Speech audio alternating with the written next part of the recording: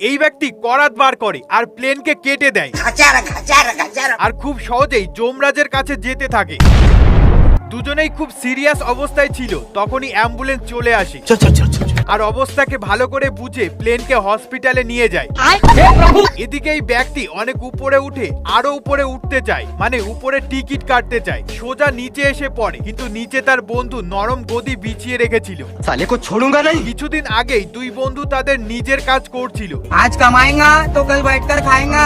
তখনই তাদের সামনে দিয়ে চুলবুলি নার্স যাচ্ছিল। बाबू এটা দেখার পর দুই বন্ধুর সিস্টেম খারাপ হয়ে যায় আর নৌকো জমিতেই চালাতে শুরু করে দেয়। নার্স দুজনেরই কান ধরে বাইরে বার করে দেয় আর নার্স বলে এখানে শুধু রোগীরাই আসতে পারবে। अभी बदत है भाई, अभी बदत है। এই শুনে দুজনেই তাদের নিজস্ব ট্যালেন্ট দেখাতে শুরু করে। अब देख तू।